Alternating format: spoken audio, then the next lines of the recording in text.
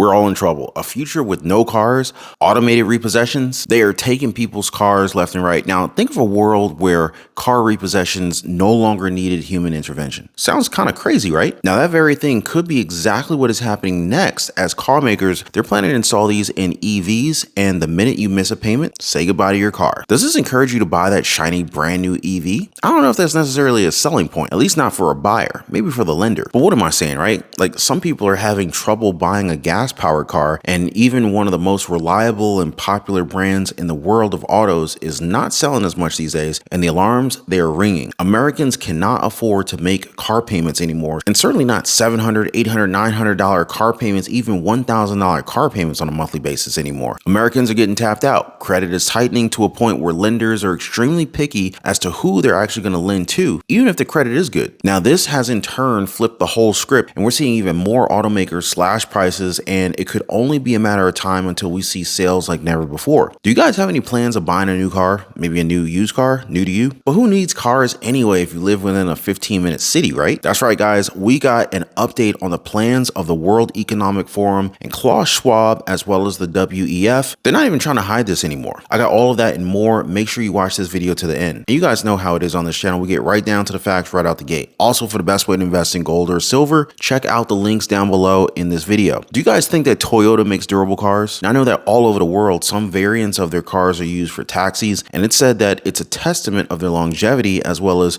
how far and wide these cars can go. Although March was not very kind to Toyota in terms of sales, at least here in the United States. So the Japanese car maker Toyota sold just 13,528 Toyota Corollas this March 2023. This is their lowest sales number since 2005. Tesla has actually overtaken Toyota in terms of brand value, with Tesla sitting at $62.2 billion and Toyota sitting at $52.5 billion. So Tesla CEO Elon Musk took to Twitter to respond to these dwindling numbers by saying this, quote, "It's becoming harder for people to get those car loans in the United States, even when their credit is good. Understandable that banks are slow to extend credit when they're trying to avoid bankruptcy themselves," end quote. Do you agree with Elon Musk? I mean, banks are really in much more trouble now than they've ever been. I mean, we're seeing it every single day. The bank collapses, regardless of what they're telling you, they're far from done. And Silicon Valley Bank was basically just the tip of the iceberg. We're already seeing the credit crunch with banks tightening their lending standards, and with them having $2 trillion less than their accounts reported,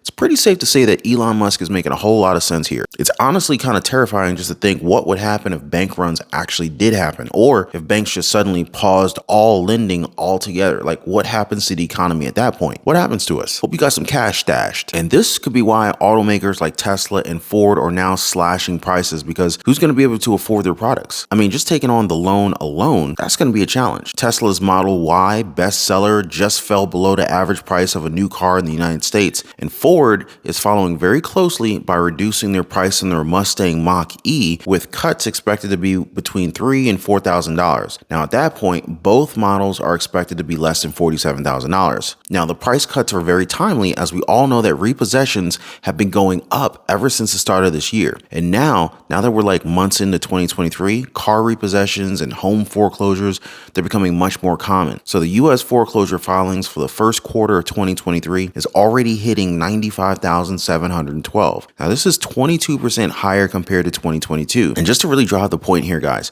Americans are fast running out of options as we're maxing out credit cards fast. In fact, a recent survey showed that 30% of Americans owe anywhere between $1,001 and $5,000 in credit card debt. 6% owes at least $10,000 in credit card debt. That was me back in the day. I owed like $30,000 in credit card debt. And you might say, that's not too bad. 6%, that's not such a big number. But if you check this survey, it actually shows that 6% means 14 million Americans. Our savings are now sinking, and it's probably why some companies are going above and beyond to make sure that they don't lose out on their profits, because we can't make good on our payments. Now, one of those measures is called autonomous repossession, and Ford has already filed a patent for it. So imagine falling behind on your car payment, and suddenly your Ford EV just starts driving itself back to the dealership. Alarms have already rung for this technology, and you gotta wonder, what happens if they recall the wrong car by mistake? Maybe there's a hack in the system, maybe there's a virus, or what What if they spy on us? I mean, there's got to be some regulations involved in this, right? And you always know that there are always unintended consequences. Now, there's actually several phases to how this goes, but just to give you guys an idea, it starts slow. So the first part is that your multimedia system would emit an incessant and unpleasant sound every time you enter the car. You can't turn the sound off or turn on your AC until you contact the lender and address your late payment. Now, this reminds me of that subscription service from BMW. Do you guys remember that one? The one where you had to pay like $18 a month for heated seats? I'm not kidding you guys. I mean, can you imagine this? You got to pay a monthly payment just so that your power windows continue to work. Now, although we really probably shouldn't be too worried about cars and getting around. With the plans for the World Economic Forum to push for 15-minute cities, cars may actually be a thing in the past. Now, I went on the World Economic Forum's website and I found this article titled, "These outdated mindsets and regulations are holding back urban mobility experts." End quote. Now you're probably wondering, what is this all about, right? So a quick read reveals that experts see cities as a key staging area for the global fight against climate change, as cities account for 70% of global CO2 emissions. These emissions in part are fed by cars. End quote. Uh-oh, here we go again, right? What if you could live in one of the world's great metropoles, but never had to commute? There's a way you could meet all your basic needs within a short walk or cycle from home. It's called the 15-minute city. Nous voulons que dans la ville, à l'endroit où nous habitons, on ait à moins se déplacer de très loin, que ça soit pour aller travailler, pour aller faire ses courses, pour se soigner, pour accéder à la culture ou pour se prélasser. The concept is simple. Plan urban environments with human beings at the center instead of cars. Instead of separate neighborhoods for living, working, and socializing, the 15-minute city imagines places where all three functions coexist.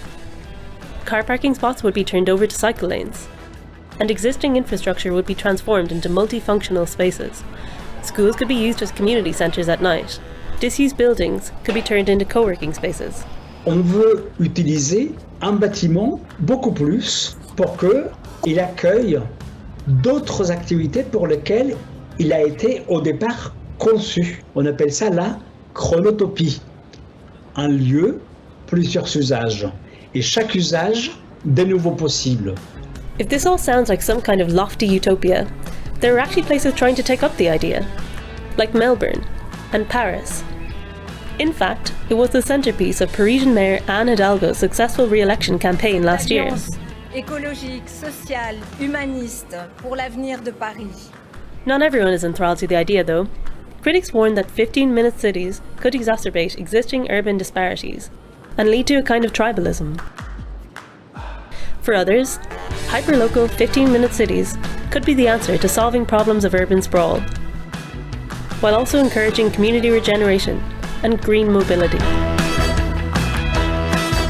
So they say that 3 experts from the mobility sector talked about them and outlined, quote, how regulation changes could aid the fight against climate change while improving safety and the efficiency of our streets, end quote. And they're saying that parking needs to go. I'm serious, guys. They want car parking to be done. One of them even said, quote, less parking would improve the human experience of cities. You would improve the ability of cities to be more compact, more resource efficient. All of this ultimately ladders up to fewer carbon emissions and is part of decarbonization, end quote. So in other words, nobody should own cars. Cities have to be smaller, like 15-minute cities. And yeah, they also said that e-scooters should be a part of the future. Do you guys agree with this? Own nothing and you'll be happy? Something like that? Are we now at a stage where cars and trucks are just slowly going to become extinct and we should now adapt and succumb to a way of life where we're stuck inside of a 15-minute bubble? Seriously? I ain't down with that personally. But let me know what you guys think. Let me know in the comment section down below. Now, to be honest with you guys, I enjoy driving. In fact, I'm a car enthusiast still at heart. Now, there's something about a road trip with your family that really just kind of creates core memories, right? Now, before I wrap things up, I just want to talk to you guys briefly about the state of our finances. How y'all doing? I know that not everybody's in a good spot, and for those in our community who might be in that situation or maybe in a good spot and you want to do better, I want to open the doors up to the opportunities for you guys. The comment section's wide the heck open, and if you're looking for more information about investments in the stock market, real estate, especially during an economic downturn, or maybe you're looking to strengthen your cash flow and create multiple streams of income through side hustles, small businesses, feel free to hit me up in the comment section down below. We all deserve financial freedom, and I'm just hoping that more people get there before it's too late. Now, before I go, please do your boy a favor, drop a like for the video and share this video with a friend. Also, subscribe to the channel for more, and I'm gonna see you on the next one.